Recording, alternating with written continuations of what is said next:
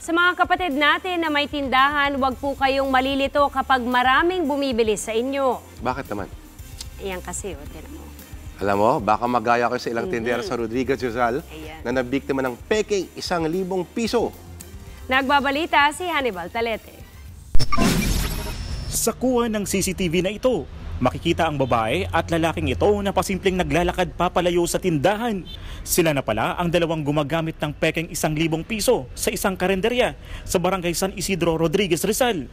Pero hindi lang ang kainan ang nabiktima ng peking 1,000 piso. Isa pang tindahan sa Eastwood Residences ang sunod na naging biktima.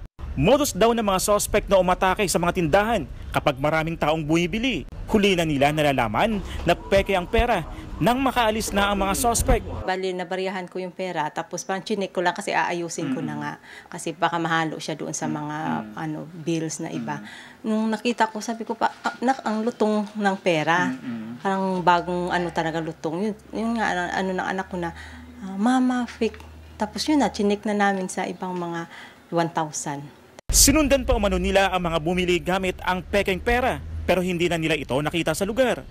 Sa unang tingin, akalain mong totoong pera itong hawak ko. Pero kung aking sasalatin, makinis ang papel.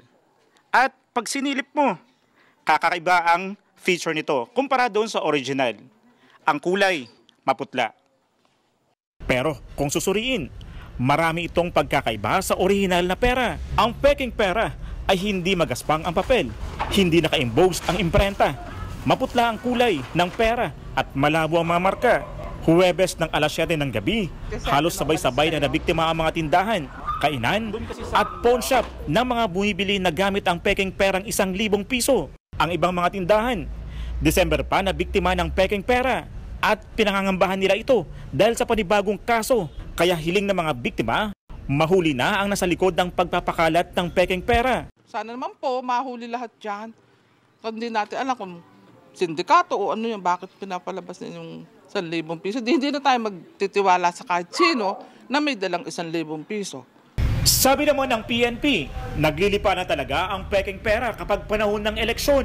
Kaya payo nila sa publiko, suriing mabuti ang matatanggap na mga pera. At kapag nabistong peke, huwag na itong gamitin at e-report agad sa mga otoridad.